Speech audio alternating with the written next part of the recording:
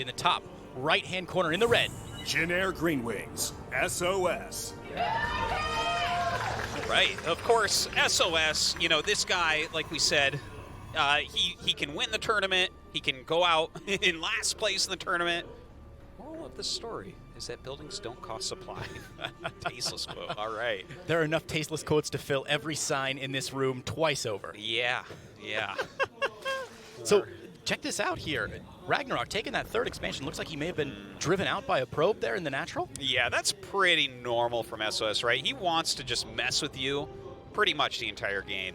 That's part of his MO. He's historically been the player that pro gamers least want to play against because of things like this, you know? Completely unpredictable some days. It's so cool to see these two players who both have these really unique styles going up against each other. You know, in the last game, I think a lot of us expected maybe Bomber to play a pretty straight-up game, but this game, both guys able to mix it up just a little bit. Yeah.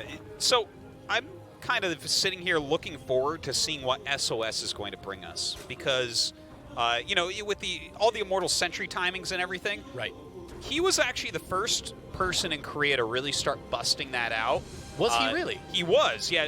Myself and No Regret did we really looked deeply into it on In Depth, and he was the very first Korean player in these pro tournaments to start busting out Immortal pushes again. Be darned. And he kind of kicked that off out here. So he's the one responsible for all the Protoss balance winding on the forums, is what you're telling me. Well, at least in Korea, I would say so. He started that train, but the thing is, he's always a step ahead on the metagame.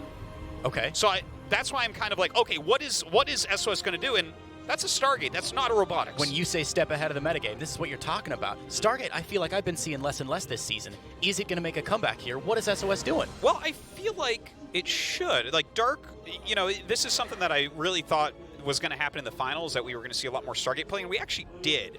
Because Zergs are starting to figure out how to be very aggressive against these Immortal timings and everything, and they're starting to mess with them. The win rate of it's going far down. And here we see even SOS with that Stargate. So what is he going to bring out? I don't know exactly with this Stargate, but excited to see. Yeah, I think I caught one of the little bits of you and No Regret talking on In Depth about Stargate and how it can be so frustrating to play against Zerg. You get that first Oracle out, and when that scout happens, or even if you count the gas correctly, the Oracle gets 2 kills, and then it's the end of the day. It's very true. That's exactly how many kills it gets every time. It's going to be Phoenix first, followed by Twilight. Yeah, what is that actually all about?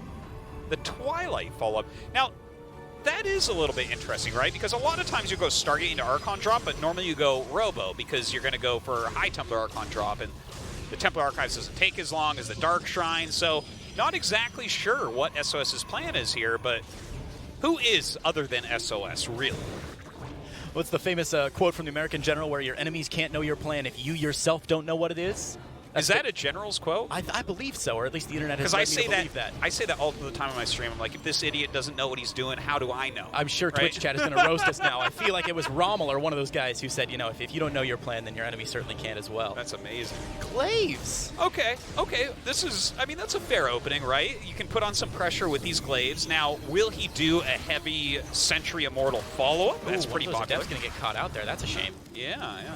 Got to be careful about that. You really want to kind of hit that critical mass. Of course, he's hiding the Adepts as far back as possible. He doesn't want RagnaroK to see the overall count, because then you know exactly what's going on. Of course, you count those 7-8 Adepts and you go, ha, this is what's going on.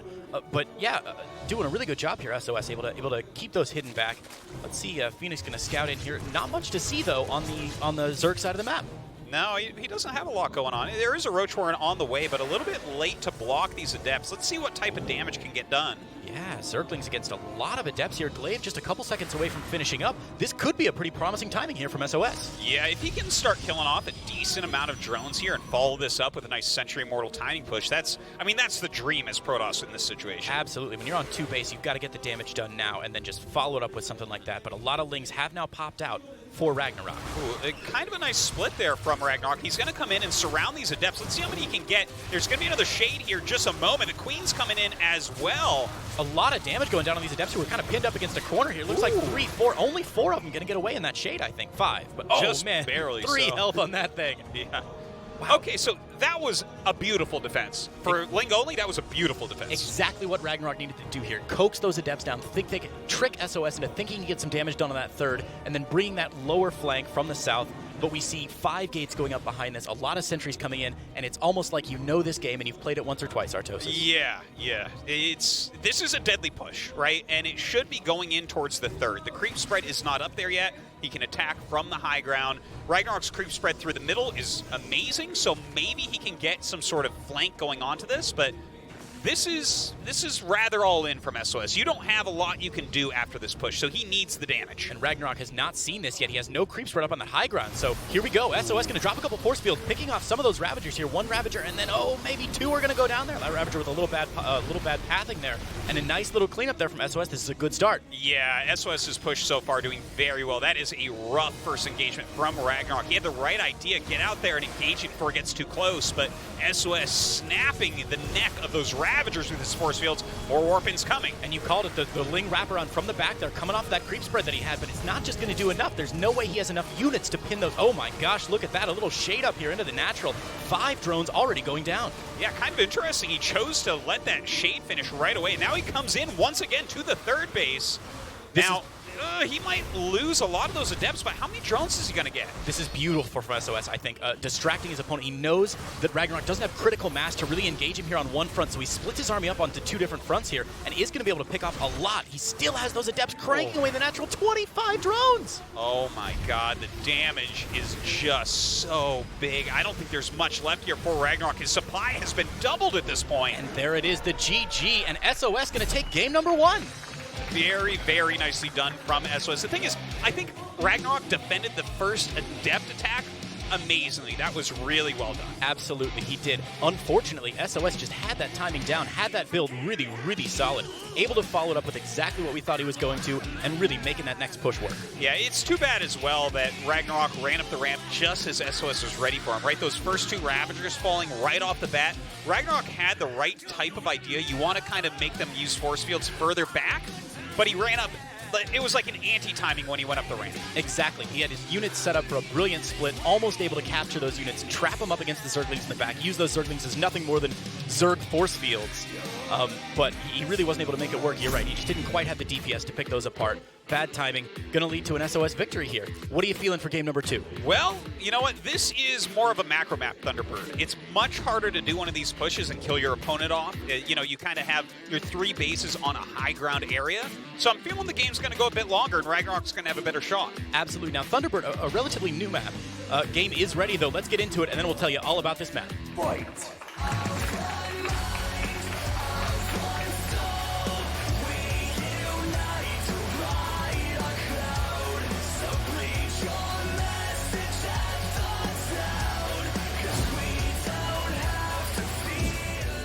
Here we are on Thunderbird LE, match number 2 of the day. Game 2 it is.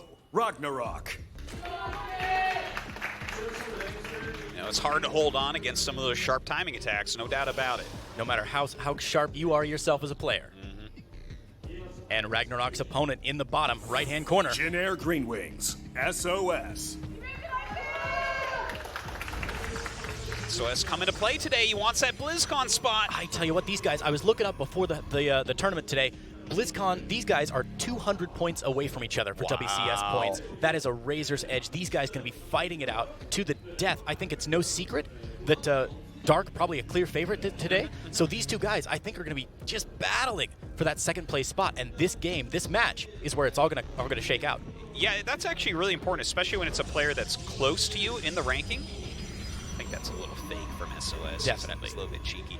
But, you know, when you're that close, if, for instance, like sOs advances and RagnaroK does not from this group, that makes sOs's chances of going to BlizzCon even larger because someone so close to him now is going to be way lower in the points. Absolutely correct. And it's the end of the year now, Artosis. We're into July for the StarCraft season. That's more than halfway over. Oh, absolutely. Like, this is the last GSL Code S season of the year, and then we have Super Tournament, right, which is less points. It's not a guaranteed spot or anything like that. So you already have to be pretty high up for the last Super Tournament to give you that edge.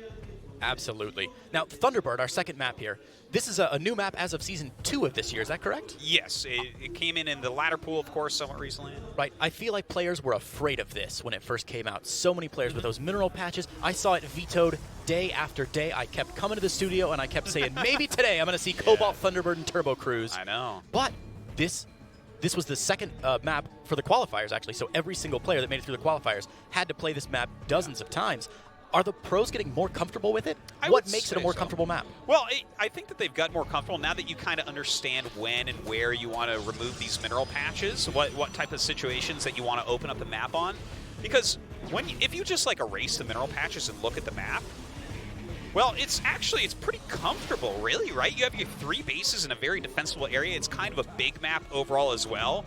It's not that hard to get your 4th. It's a little bit open, but it's really not that hard. So overall, I think it's a pretty comfortable map for pro gamers. I agree, and as you said, once you take out those mineral patches, it looks very familiar. At least when I look at the center of this map, I think King's Cove immediately. Yeah, there's those high similar grounds in the middle, there's that valley that you got to push through in the middle. It creates really interesting offensive and defensive strategies with, are you going to store your army on those high grounds, open them up to a little bit of danger, or are you going to push right through the middle and hope that there's nobody waiting on the high ground for you? Yeah, there are a lot of similarities with King's Cove. I actually think about that a lot because they are the 2 maps where the 3rd base, you kind of can take it and everything's safe. King's Cove has 2 ramps, though, and this only has 1, so it's even safer in a lot of ways. What do you think about this Zealot charge timing? Well, I mean, this is a hyper-aggressive build. Look at the probe count right now. It's not all that high. He hasn't been chrono boosting them all that much. No question. This is super deadly. If you have a late Roach Horn against this, if you don't have a Baneling Nest, you're just trying to defend this with Lings, you're in trouble. What are we talking about? Look at that. DT coming down. Okay, so yeah, a very interesting build here. I think what's going to happen is he's going to soften him up with those charge lots a little bit, and against that, obviously, Spore is the last thing that you want, so the DTs can really trick you at that point. Absolutely, and now RagnaroK does have an Overlord waiting now in the south part of the map. He could possibly get in for a scout. If he scouts that DT Shrine in time, is he just going to be 100% safe? Well, he's got to hold the Zealots as well, and don't forget, Archons can't come later. Oh, my God. Go north, go north, go north, little buddy. What are you doing? Get out of the probe line. Go north. He's going to see it. There it is. You go. Scouted out completely by RagnaroK. How's he feeling right now? He's definitely feeling a lot better about what's going on. The Prism's coming across. Hopefully he's making news. Yeah, look at that. 6 Roaches on the way. Lair about to finish up. I imagine we'll see some Spore Crawlers probably, if they're not already down. I think I saw one going down earlier. Definitely some Overseers should be made here as well, as that Dark Shrine is going to be finishing up. But he needs these Roaches first because the charge lots are coming in. Already in his natural here. The charge lot's going to get on top of the mineral line. Is RagnaroK going to go straight for drones? No. Looks like the army of SOS going to get, the army of RagnaroK going to get in the way here. And these charge zealots not going to get any work on losing that Warp Prism as well. Oh my goodness gracious. That's pretty huge. A lot of things have gone wrong for SOS in rapid succession here. Getting his Dark Shrine scouted and losing the Prism. 1 strike, 2 strikes. Yeah. What's strike number 3 for SOS? How can RagnaroK capitalize? Well, he just did it. He just made 13 drones at once. The second the Prism died, he's like, all drones! Every larva, let's do it! All of them, baby.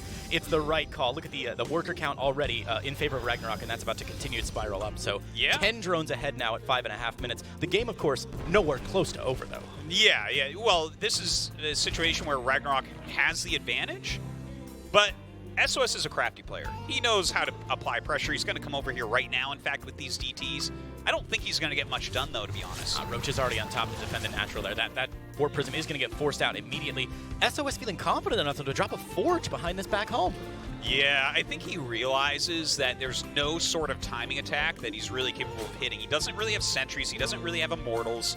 So if you don't have any of that, you may as well start your upgrades, right? At least you'll have +1 or +2 the next time you attack. He's looking into the future like a witch. He's going to see that vision that this game is going to go to the mid game, and he's got to have something prepared for it. That's when right. he finally gets there, whether he's ahead or behind. That's right. Only Witch is really able to prepare for the future. Famously, witches. Famously, yeah. The rest of us are just like animals, man. I don't know what time is. I don't know how old I am. It doesn't bother me. But there's a Spire on the way right now, which, by the way, totally love that. Oh my God, a Stargate coming up. Did he scout that Spire? Oh, I don't know. I don't think he's had any units there to be able to scout the Spire. I don't think so, right? No, surely not. So why would you make a Stargate right now? That is a great question. Maybe he is also a witch looking into the future. Is this witch versus witch? You could be right. I mean, if one of these players were a witch, it would be SOS. How can you possibly justify that statement? Are you kidding me? Do you watch SOS games? You know what? You've sold me. I think you're absolutely correct. See that?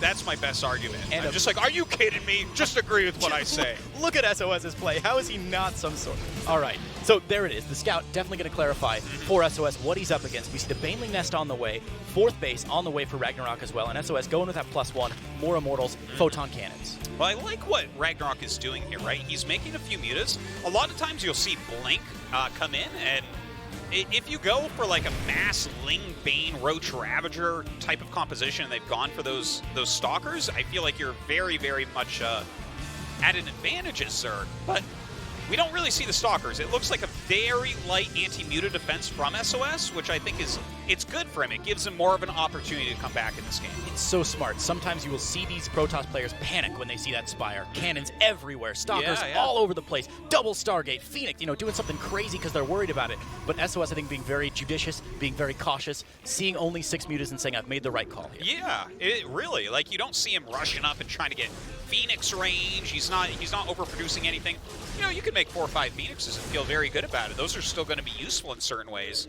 But he's not really skimping on the other defenses. He's really aware of the types of attacks that could be coming in. Look, I gotta be honest, RagnaroK's supply massively ahead of SOS, but if you look at SOS's army, it looks very beefy. Yeah. Look at those Immortals. He's got a couple Stalkers that can lift up anything that comes after him. Even has +2 on the way. Yeah, the one thing is that RagnaroK is not really dropping the ball. Like, he's trying to force SOS to play poorly. SOS ain't having it, but RagnaroK just moves to the next step. He's like, okay, Baneling speed. Okay, let's go into the Infestation Pit. I mean, there's a lot of things that he can do from here. Absolutely, and 22 Lings and about as many Banelings is absolutely something he's able to do from this point forward. Okay, so a Fleet Beacon coming up right now. Okay, go on, sorry. I wonder what that's for exactly. Like, I don't think he's going to stay on Phoenix. Like, I feel like he might go into Tempest or Carrier here.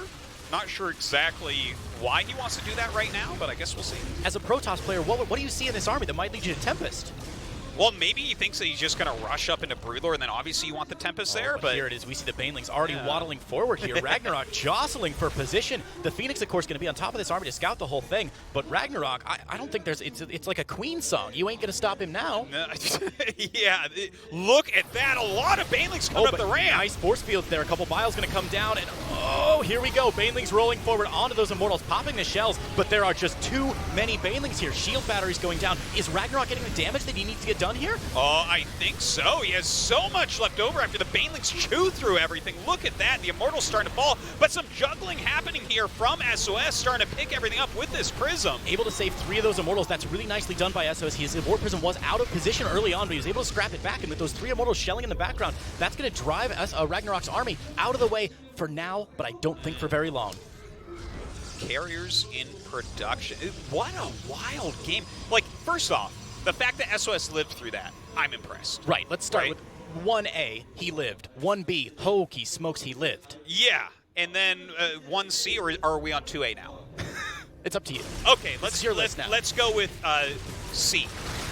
He is going into Carriers, right? So SOS is preparing for a much longer game. I feel like he's taking some slight risks. He's playing a very turtle position here. And obviously Carriers like kind of counter what's out already. But if SOS is going to win this game, we are looking at like a 35-minute game with the map mined out, I feel like. And I'm not sure he's going to last quite that long. We can see RagnaroK posturing up, adding on those Zerglings, going up to Greater Spire. He's even building some stat defenses back home. But yeah, RagnaroK, I think, doesn't want the game to get to that point. Now, he hasn't scouted the Fleet Beacon. I don't think he knows the carriers in production just yet, but it's only a matter of time before he learns that SOS going for that longer game. Will that force RagnaroK to strike earlier? Well, he's starting to strike like a little bit. He denies the 4th base, which is really important on this map. Isn't that hard? And now he's going to come up and see these carriers. Here we go. It looks like I've seen this attack before. Banelings rolling forward, coming through the force field there. The Immortals this time be set upon by the Banelings almost immediately. All the shield batteries going down. All that's left for our Protoss player now are 2 carriers and a handful of Phoenix, but the Corruptors are right behind it. A nice run by here, though, by SOS. Getting into that 4th base, going to pick off a couple of drones, but man, there's still a lot of army here for RagnaroK. But look at that. RagnaroK going to retreat once again, not comfortable, pushing forward. Chases him back, and I mean, it's nice that there's some counter harassment going on as well, but I just feel like SOS's support army, he has nothing really, right? look at what he's got. He's like chasing away Corruptors with 2 carriers. This is something I usually chastise the silver players that I cast. And I say, you can't just build the fun units. You've got to build the boring units underneath them as well to give you some power. But man, RagnaroK does have quite a bit back home. He's adding on those Corruptors. His Greater Spire has finished, so he can tech up to Broodlords if he wants them. I'm not sure that SOS, well, is SOS getting more dangerous as the game goes on, or is he getting less dangerous? Well, I feel like this entire time he's playing from a bit of a deficit, but he's staying ahead decision-wise to try to stay alive. But look at this. He's made the Archons to try to hold off these Corruptors, but he's going to lose these carriers, and with it, I feel like that's game. At losing the carriers and the hope of living, but it's going to give us the hope to go to Game 3. RagnaroK taking game number 2. Yeah, that was really well done by RagnaroK. Beautiful scouting, like getting that Ling in, obviously, very important. Defending the rush, getting that first Prism. Like, he instantly knew what to do from there, and SOS, like, skirted the line, man. He barely stayed alive. He did everything he needed to try to make it a real game, but RagnaroK didn't let him back in. It is rare to see a player who has half the supply of his opponent stay in the game for 10 more minutes. But if anybody can do it, it's our boy SOS. I guess so, seriously. So very well done there. We're going to go into map 3 coming up, and I actually don't know who to favor. I feel like both these guys are playing phenomenally right now. Have you got a coin in your pocket? We can flip. You can have seriously. RagnaroK heads. Okay. You go with heads, and I'll go with tails. I actually don't carry coins, so I don't. I don't either. I flip my credit card, baby. There you go. It's 2019. Map 3 Flip gonna a be Mountain Dew bottle. Oh yeah, I gotta get one of those. Map 3 gonna be Acropolis, which nobody wanted to play. No, that's the last map. Let's do it. Map number 3.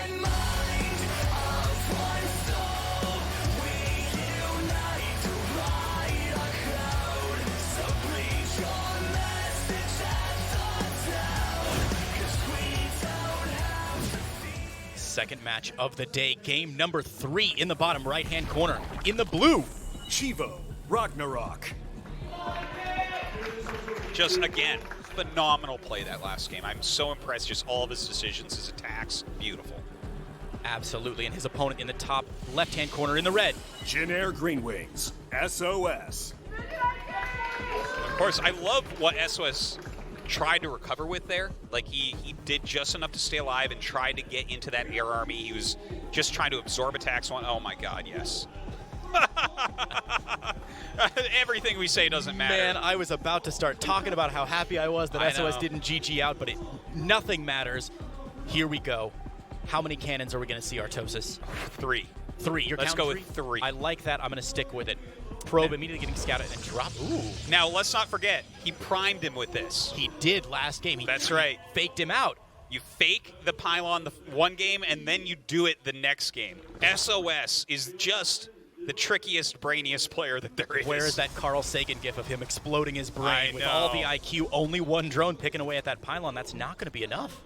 No, more coming down. So he kind of is sniffing this out because the pylon finished. Very smart play from RagnaroK. Seems like he's watched a few SOS games, but hold on, he's going to start throwing up cannons. Oh, man, one goes down. Second one is blocked there. SOS probably not the exact placement he wanted on those cannons, but that second cannon placement really good there, sealing up that mineral line, giving him some more space to play around, and having 2 probes in his opponent's natural is invaluable right now. So the hatchery finishes. I mean, Lings are on the way. This is very interesting what we're watching here. Another drone is snuck out, but a probe is actually trying to deny the hatchery there. Now, I mean, these cannons finished, right? The hatchery dies, right? Absolutely. I think what RagnaroK is going to do is sack this natural hatchery and try to do some one-place play, or possibly get a third up, give up the natural, and hope to connect those later, but that's going to put him on such a disadvantageous position. Right? Yeah, it seems like SOS has been successful with this overall. He's slowing down that additional base. I guess RagnaroK will be able to take it because his drone is still alive out there. Yeah, pylon block at the third going to slow him down even more. A lot of times what we'll see is Zerg players who will just give up the natural, go straight for the third, and then connect later, give up those cannons once they've got roaches or spine crawlers on the map or something. But RagnaroK being so delayed here, that's got to set him back. Yeah, oh, absolutely. This is rough for him, I would say, right now. Looks like that cannon going to be attacked from the high ground, so SOS does throw down another pylon to make sure that some of those cannons stay powered. Yeah, but not overcommitting to this, and that's one thing I love here. SOS knows that it's game 3. This is not like where he's got a one-game advantage and he can just, start throwing cannons in the main, start dropping whatever he wants. He's got to be a little bit careful about how he continues his play here. And we already see Cybercore back home pumping out, adding some of the probes on here, not going 100% all in behind this cannon rush. He's really not all in, you know. This is kind of a macro build. Like, he's killed the hatchery, and he's screwed up the Zerg like he likes to do, you know, hatchery blocks, fake cannon rushes, real cannon rushes, whatever. But he's just going into normal play from here, and the Robo. It's the SOS-iest game I've ever seen. Right under that Overlord, too. He wants him to see it. He's like, this is going to hurt you more than it's going to hurt me. Don't get no respect. So the transfer of the drones, going to be fine. And there it is, Roach Warren going down now for RagnaroK, who's got to break out of this contain, because a Zerg on 2 bases is a Zerg who's not going to be on 2 bases for very long. Yeah, right? And especially when there's going to be a rush coming in like this. You know, Christmas. Minimum the Prism, and your bases are so far apart, even just light harassment from a Prism can be hard to hold on against. Absolutely, especially on a map like Acropolis, where that rush distance between the natural and the third is pretty significant. No creep connecting him just yet. He is moving 1 creep tumor down there. But man, look at that. 2 pylons, 3 cannons. This is still difficult to break. This is not as simple as a queen shelling away at the top of the main here. Oh, it takes a while to clean that up. It's very annoying indeed. Now, the Overlord getting out of here while the getting is good. RagnaroK needs every last Overlord he can save this game. He can't afford to lose anything extraneous. We see him going up to Lair Tech right away. I wonder what his plan is with this Lair Tech, actually. I'm kind of excited to see. Is he going to Nidus him back to re-cheese the cheeser? Do you try a Nidus here when they're going for that Immortal Tech? Do you I mean, are you just going for, like, Roach speed? Is Aspire a possibility? Oh, man, the possibilities are truly endless. I have seen some players go Nidus into the main, wait until the Immortals are on the map, and then try and make the Protoss flinch. Try and make them say, uh-oh, there are Roaches in my main, there are Zergs in my main. I gotta defend something because I'm going to lose this base trade. And RagnaroK is a player who could certainly have the chutzpah to pull that off. Yeah, that's a good point. I've seen some really crazy games, and SOS is the type of player that could pull something like that off. But oh my god, do you see that? I see it. It's an Overlord poop and creep. Could that be more handsome? Like where that is, that's near SOS's base. Never gonna see it. 100% never gonna see it. I'm calling it. Yeah, this is so awesome. I just love what I'm seeing here. The fact that he's hidden it there, it's just. I love it. It's like he's playing like SOS against SOS. Beautiful, but SOS is also playing like SOS, and that's the problem. He's got an Immortal up, adding on the Twilight and a couple more gateways. Okay, let's see what he gets done with this harassment. A couple queens here in the main. There's a Ravager back there as well. Starts to go down on this queen and has to pull out for now. Yeah, good micro by SOS to save that stuff. What Artosis is the point of bringing along those 2 sentries with the Immortal? What are they supposed to do in a wide open, dropping him in the middle of the main like that? Yeah, it's kind of like, you know, you can force field the queen, try to trap him. Sometimes if you go behind the mineral patches, you'll be able to trap a couple drones. You know, they're just units that he has he doesn't need at home, so why not? Sure, that makes absolute sense. Zealot Charge going to be the follow-up here from SOS. Well, how many units does he have that hit up? Is it like those 2 sentries in the Prism? Do 2 sentries counter 5 mutas, or... Let me do some math on the back of an envelope here. Hold on. Wait. No. Oh, okay. What if they have a shield battery, though? Wait. Still no. Okay. So right now it looks like this Mutalisk play is a very good call. There's like 1 Stalker at home. Scouting Phoenix going to get in and see it, though. Well, he hasn't seen the Spire, so he has to see him hatch. That's right. There. So Okay, he does. Beautiful. Whoa. Did he see? Was his? Now I don't know if he did see that because he so kind of saw everything. Normally you go back to your base. I didn't see him click the Scouting Phoenix again, so I'm not 100% sure if he did or not. This could be really dangerous. He's not making extra cannons or shield batteries, so definitely he did not see it. Twilight Council only about halfway done. But, God! No! Oh, the Immortal goes down. Look at his face.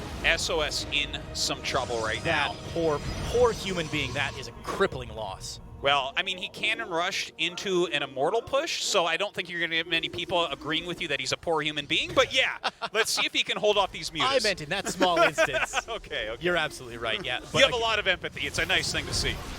I'm sure as I cast more, I'll lose that empathy over time, right? You see the players more as just talent. Yeah, as you said earlier, though, a couple Stalkers now warped in to try and shoot upwards against these Mutalisks. The Mutalisks going to clear out 6, make it 7, make it 8 maybe probes?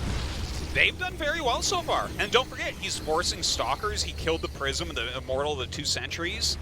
This is looking very nice for RagnaroK right now. He's getting into his 3rd base, and look at that Lurker Tech next. Finding his footing and really aggressively pushing forward with a bold strategy. Now, Storm is on the way. Will SOS have enough time to get Templars out, to get Storm out, to defend against these Lurkers if they're at his main base in time? Yeah, I think he's going to live. I think the game goes on. But what I'm looking at here is a situation where RagnaroK can either continue to tech up and expand, or he can attack, whereas SOS doesn't have those two options. It's more like, okay, let's get into our Psy Storm, keep building our army. I don't feel like he has any real potential for an attack coming up. Less flexibility is what you're saying from a Protoss player. Yeah. He's got the tendons of a 90-year-old right now. He's like, this is not going to be easy for him to put any pressure on. Oh, Infestation Pit down. As the Lurker Den gets closer and closer to finishing, we do see a lot of Hydralisks on the map now as RagnaroK starts to build up that army. So look at the army supply here, 80 to only about 45. Yeah, and I don't think that that's very heavily Roach. So, you know, a lot of times you got to look at that and be like, oh, he's got 400 army supply. I'm like, yeah, but it's all Roaches, so don't worry about it. But no, a couple Roaches mixed in there, which is nice. I like to see the extra HP from those Roaches, giving a lot of power for those to soak up those immortal shots and really let the Hydralisks do their damage in the back. It's going to force RagnaroK to make some really tough choices about his positioning, though, isn't it? Yeah. I mean, you know, right now he's trying to decide what is next. He's taking his fourth base. He's kind of pushing out a little bit, right? We see him walking around. Tentatively moving off that creep. Yeah. Is he going to just go and do a full-on attack? Because he's teching up and expanding. He's kind of doing everything, and I get a bit nervous at that point, right? If you are teching, expanding, and attacking all at once, and you kind of, you know, Lurkers are a siege unit. They're you got to have a lot of units around them to make them work correctly. Are you doing too much? Yes, so right. Is he supposed to attack right now? Yeah, RagnaroK going to feel stretched like butter over too much bread here. He's taking that fourth base at the 2 o'clock position, straight up the north, straight up that east side of the map. Yeah. What do you think about that expansion position? Surely more Zerg players would be confident taking that position at the 7 o'clock, or the 5 o'clock. Yeah, I know what you mean. It looks like he's going to take that one now as well. Okay. I feel like it's just further from Protoss, so maybe that's why he took it right away, right? His Lurkers can kind of stay on that high ground creep spread from his first to his third and just run back and forth and mirror the army to defend. So it feels like a reasonably safe base, even though his bases are very spread out. Now, 6 Immortals, 6 High Templar, a sprinkling of Gateway units. Is that all the ingredients you need for a recipe that will destroy the Zerg player? You know what? If the Lurkers are not sitting defensively, I would say, yeah, like this is getting to be a very scary army right here. But when those Lurkers actually burrow, it's going to get a lot harder to clear that. So as we see, SOS going to back up when RagnaroK comes up to engage. A couple little storms that don't do a whole lot of damage there. Now RagnaroK, oh, nice little run by here by RagnaroK, who's going to definitely be able to force a cancel here on that fourth base of SOS. That's got to be painful as his opponent's on 5 bases. Yeah. But now look at this. I think SOS has been driven back home. I was really curious to ask you, we see those Lurkers from RagnaroK being split up into 2 almost groups, 2 battalions of Lurkers, one to protect the fourth. Oh, hold on just a minute. Roach is here going to try and do a little bit of damage here, but they are getting pushed away at the third base. So RagnaroK doing some splitting up those Lurkers to defend his fourth and also defend against the push here. He has successfully pushed SOS back, but as a Zerg player, do you feel confident splitting your army like that? That's where it gets a little bit risky, right? Like if we had this army roaming plus a Warp Prism poking in various locations, I feel like that could be a break. But we don't have that right now. We don't, and we already see Zealots causing trouble, making some mayhem up at the fourth base. Both players doing a good job of splitting their armies and sort of keeping them separate here, putting pressure in as many places as they possibly can. Yeah, look at that. RagnaroK's reactions are just very quick here. Do you see the production tab for SOS? Oh, God. Carriers once again. Let's do it. Look to the right of the carriers. The mothership. Do you recognize that unit at all? I heard it was going to be broken on this patch. I haven't seen it yet. We'll see if he uses that Time Warp ability or not. What year is it? I love this so much. Well, you know what? He's going to need that pretty quickly because these Broodlords coming out counter that army viciously. Like, this army can't really stand up against Broodlords, but he does have those Stargates coming, like you said. Absolutely. A couple Stargates now on the way. I think one a little bit ahead, but yeah, second one on the way. Should see a second carrier in production quite soon, up to hopefully 3 carriers at a time for SOS, which I think he can support once he gets that fourth base up. Might be a little slow, but the Broodlord army and Lurkers getting dangerously close here, forcing SOS into an engagement that he doesn't really want to take. A nice Zealot run by there into the fourth base, but look at this. SOS already getting pushed back as the Broodlings begin to rain down on that army. Well, as long as he can save most of his High Templar, I think he's still okay for now. Those High Templar are just absolutely crucial right now. And look at those Lurkers bearing down. They want that kill so bad. RagnaroK has got blood in his eyes here. The Lurker's getting a really nice position here by the fourth base. Gonna split up that army and force SOS even further back up the ramp into his natural. Yeah, I think he just straight up loses his fourth base once again. But it's gotta be painful. Yeah, at least he's getting like a decent army at this point.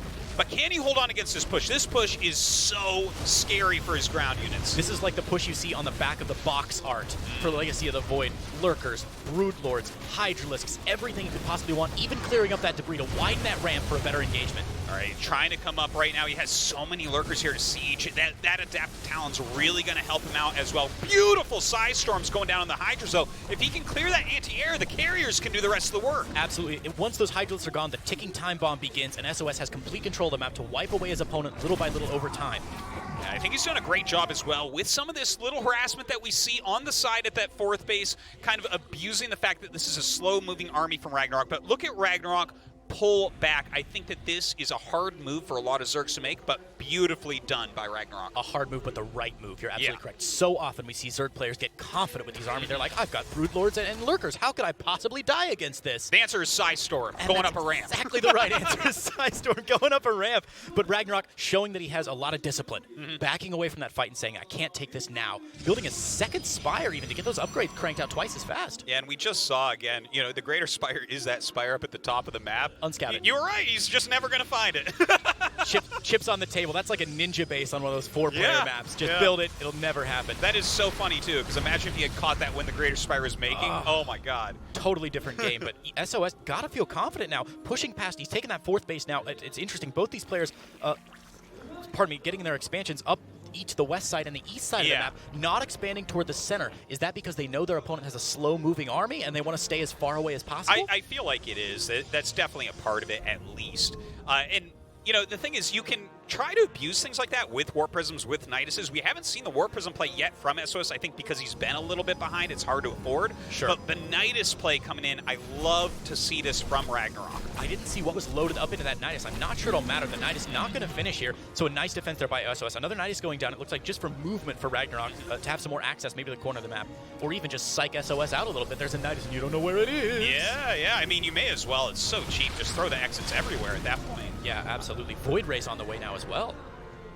That's kind of interesting, they say, in the Void Rays. Maybe he thinks there's going to be masses of Corruptors at that point. Like, we saw that one.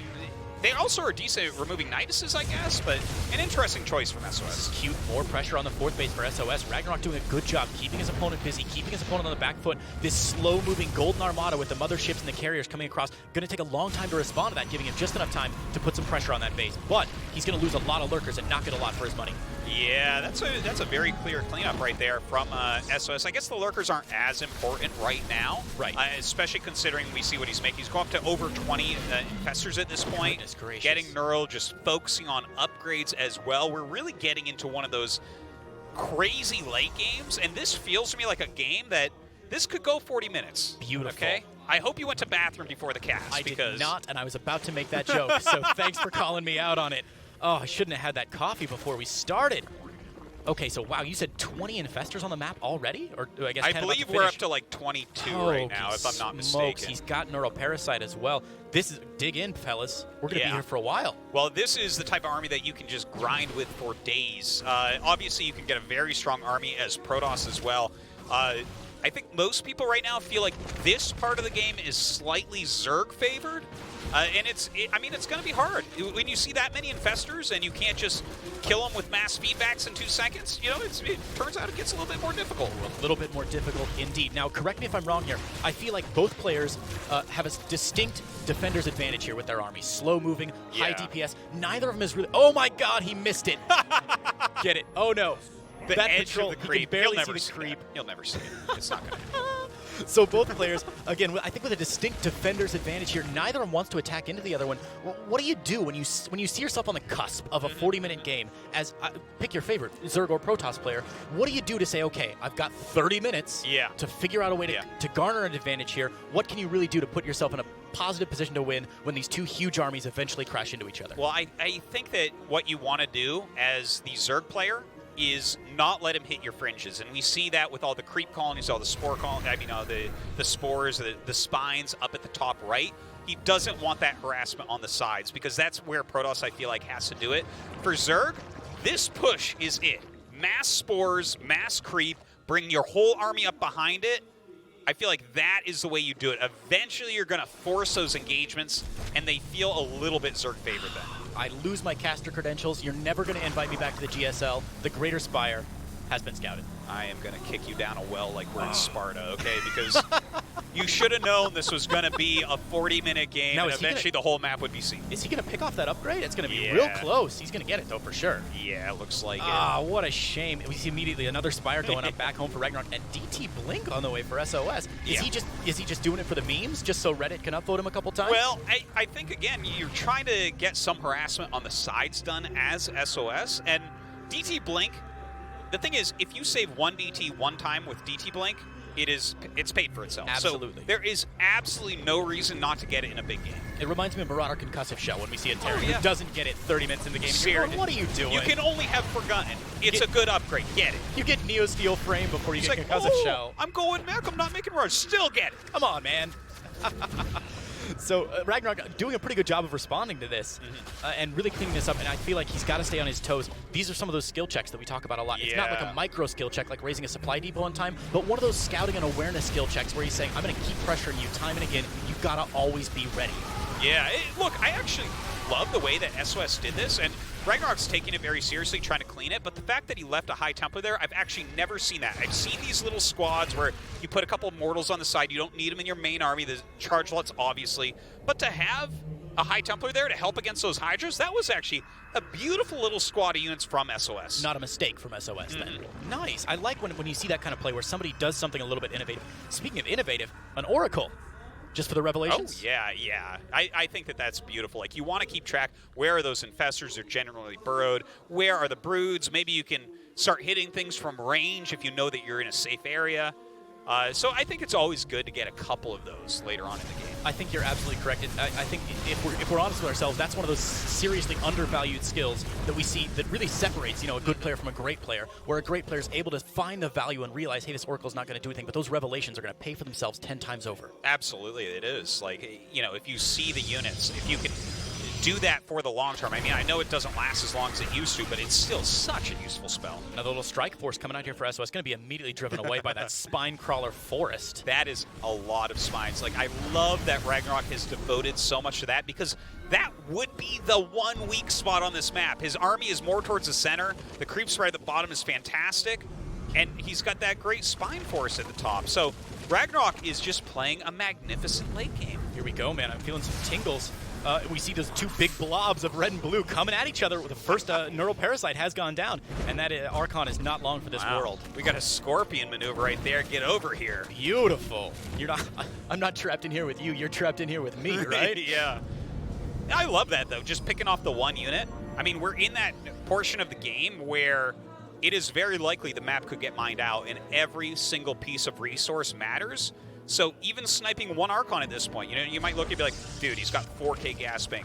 He won't forever, guys. This game is going in that direction. So it's awesome to see him just snag whatever he can. You'll see him try to snag the Oracle when it comes in for a revelation, anything. Anything to not only destroy the gas bank of your opponent, sort of wear down their forces a little bit, but also put them on the back foot. But here we go. SOS going to push down into that fourth base here, attacking into the spine crawlers. Hydralis with this nice storms there on the top. But looks like there's going to be enough Hydralis here to push this away. And with no Prism to micro those things away, I think RagnaroK's going to successfully defend, as he also puts pressure on the fifth base of SOS here. Brood Lords have been revelated, but the cannons not quite going to have the range here to do it. And oh my goodness, a sea of infested Terrans pop out. This fourth base better bend over and start to pray. Yeah, I think that base is pretty much done. So with that many infested Terrans coming out, you're going to have to give that up. He pulls his probes away. A smart choice there. May as well just give up the Nexus for now. A good save. Every probe counts here. Ooh, one Oracle does go down to those infested Terrans. But already SOS expanding again to that 11 o'clock, 12 o'clock base in the top corner. He's seen this coming. Yeah. He's got to keep expanding to these corners as well. It's very, very important to do because the Broodlord army moves so slowly. Now, another huge reinforcement here, trying to hit this base. He's finally worked his way through all the spine crawlers, and it looks like he might be able to kill a base here as well. Absolutely tit for tat here as we go into the 23rd minute of our game on Acropolis. A nice bundle growth. They're going to pick off a couple of Zealots, but I think there's enough DPS here that even if he sacrifices this army, it's definitely going to go down. There it is. It does go down to double neural parasite on those two Immortals, who are going to turn traitor and start shelling away at those Zealots. Yeah, hitting each other here as well. Now, that was a great move by SOS, and it is a base for a base, but we should mention that what RagnaroK used to kill the base was long-range units and spells, whereas what SOS used to kill the base, it was actual units. So when you look at the actual value on each side, RagnaroK did a little bit better in that trade. How many minerals does it cost to cast Neural Parasite, Artosis? None at all? Oh, that's right. Yeah. Yeah, the longer this game goes on, the more we're going to see those spellcasting units. And it looks like SOS doesn't have a whole lot of spellcasting units on the map right now. How's his High Templar count? Not great, from what I understand. I'm not sure exactly how many he has, but that's an extremely important unit for him right now. He needs those side storms. He has 8. So, I mean, that's a blanket of storms, but... You know, is he going to gain as much value as this game goes on against 26 spellcasters with just 8? Those infestors have been on the map this entire game. They came out so early. 20 of them came on the map, if you recall, 10 minutes ago. They're going to be at full energy all the time. Pretty much. And if those High Templars get picked off very quickly, then it's going to take a long time for their energy to rebuild, no matter how quickly they get warped in. And look here again, right? He's utilizing that energy. He has so much. He has so many infestors. He doesn't throw down everything, but he throws down enough to kill the base. So right now, what monetarily did RagnaroK lose here? Well, hopefully not these Broodlords. They've got to evacuate the area quite quickly here. We see SOS's army moving forward here. Some nice storms going down on some of those burrowed infestors. A couple infestors going to get picked off, with the Broodlords slowly retreating. And, a nice fungal going down, but SOS is going to drive this away. And, oh no, those Broodlords still under siege, Artosis. Yeah, he is trying his best to knock out as much of this army as possible. So many neurals, so many fungals going down. Oh my God, just tentacles everywhere right now. SOS's army half good and half evil. It's like Dr. Jekyll and Protoss Hyde over here. A lot of Blink Stalkers coming in here, going to get underneath the Corruptors, but the Corruptor count slowly going down. And as those Corruptors disappear, the carriers would be getting more valuable. Unfortunately, they're also disappearing, and RagnaroK pushing forward. The fungals going down on these Stalkers, brutal as well. It felt like we were seeing a switch up here from SOS, maybe going into gateway units to try to just knock out this army, but it looks like a lot of these very high value units are getting away. That is a textbook definition of great positioning. Luckily, hold on just a minute. Another big fight going down. We'll talk about positioning in a minute, but Fungal's already going down. That Gateway army slowed. The Infestors not even bothering to burrow anymore. Of course, they're out of energy. So SOS going to get away with some of these Gateway units, but another costly attack that was not expensive at all for RagnaroK to pull off. Look at this. This is his last big warp in. Lots of Archons going to be made. He has to move right now. This is the only moment he has a chance to get any damage done because the Infestors are out of energy. That's right, the Infestors not ready to do anything now. There are still 20 of them, so a lot of Infested Terran's going to go down. This base certainly going to go down as well, but is RagnaroK investing too much? These Infestors with no energy are absolutely useless. They're dead supply on the map. Yeah, he gets the rest of the energy out there, does get a fungal down, and it eliminates a lot of this army as well. SOS, he doesn't have a bank. He's down at half supply. The only thing he can do is try to attack right now, but... Remember when SOS had 4,000 gas in the bank? Yeah. Pepperidge Farm remembers. Jeez. Ages ago. But yeah, SOS simply doesn't have enough gas in the tank, literally enough gas in the tank here to really push forward. I mean, this small gateway army going to go ahead and go forward, but we see more Broodlords morphing in, a huge bunch of Hydras here, fighting on creep underneath Spore Crawlers. Some storms are missed here, but RagnaroK with twice the supply bumping up against the supply limit, and SOS struggling to spend his money. Yeah, this is a tough one here for SOS. It really looks like this is just about the end for him. I feel like he played a pretty good game overall, but RagnaroK was just so precise in his end game, utilizing so many infestors that he made early on, and I mean, the value is just showing itself throughout. Absolutely. RagnaroK planning for the long game, I think, but not making the mistake some players make of planning for the long game and then failing in those small engagements. I think sometimes players get so focused on that macro and army composition that they forget to engage properly, that they make mistakes and lose units here and there. But RagnaroK, with that big fight we saw with those infestors on the high ground, able to pull off his neurals like he needed to, hit the right fungals, and now continue to push forward, pinning SOS. Some good storms going down, though, on those Hydralisks. Charge lots moving forward, but there are so many fungals here. Those poor Stalkers. Yeah. And Broodlord's even shelling down as well. Look at that, Infestors wrapping around to try and Neural Parasite the Mothership. Come on! Oh, it doesn't matter. The Mothership goes down, as do SOS's hopes.